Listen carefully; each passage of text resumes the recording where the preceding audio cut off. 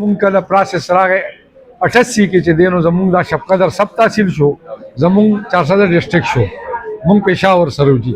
زه هغه ډومبې وکیل وم چې زه شب قدر ته راشب شم او سب تحصیل ته مونږ راوړو جي مونږ سره دلته هېڅ هم نو مونږ یو مسلسل سټرګل وکړو محمد جان ګیاڼي د خدای مغفرتونه نصیب کړي هغه زمونږ سرپرست اعلی اسفندیار خان وکیل نور مونږ یو ډېر لوی سټرګل نه پس یو نتیجې ته ورسېدو او مونږ د وکیلانو دلته په شب قدر کې یو کمپلیکس پیدا کړ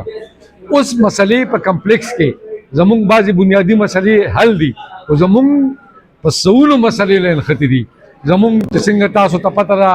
زمونږ پراپر لایبرري نشته زمونږ دلته د سیکیورټي نظام اوس هم نیمګړی دی زمونږ د صدر نه دا توقع ده چې دی راشي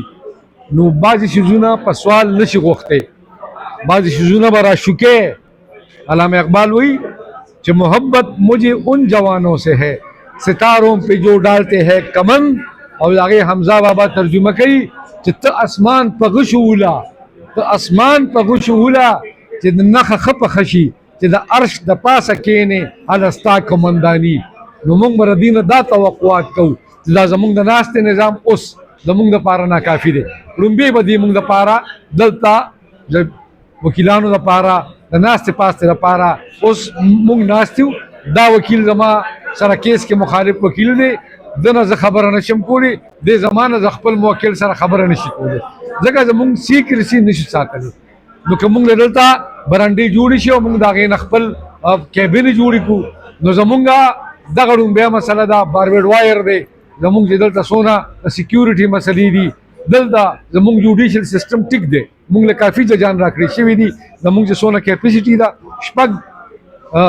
ججان دي درې سوه ججان دي او درې سیشن ججان دي هغه سیسټم زمونږ ټیک روان دی او زمونږ نور چې سرکمسټانسز دي نو دا به ټیک کول غواړي او زمونږ د دغه خلکو نه دا توقع ده چې دوی په خپله د دې